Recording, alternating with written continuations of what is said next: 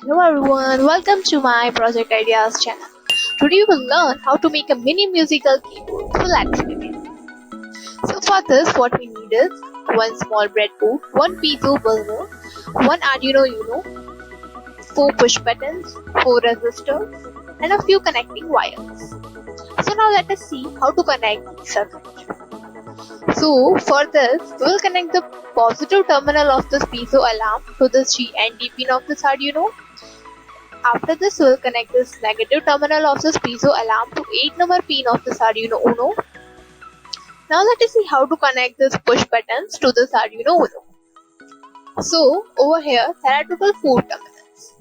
So first of all, we will be connecting this first terminal of each and every push button to this 5 volt power pin of this Arduino.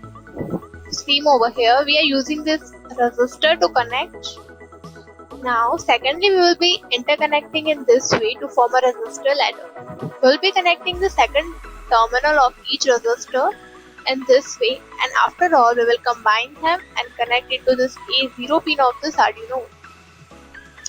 And over here, in the same manner, we are connecting it to this G and D pin of this Arduino Uno using the same ladder.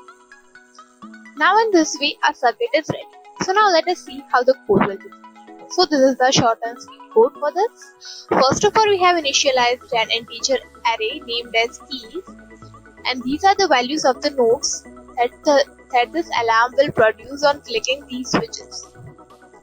After this, we have used a void setup function to begin the serial connection with this 9600 beats per second of speed. After this, we have used one void loop function. Over here, we have initialized one variable named as key value, which will take this and which will read the input from this A0 pin of this Arduino and store it in over here. After this, we are printing the same value in the serial monitor. After this, we are using this if-else ladder.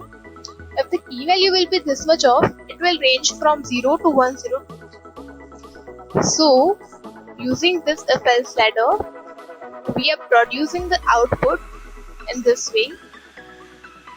So now let us see how actually it will work. So for this I am clicking in the start simulation.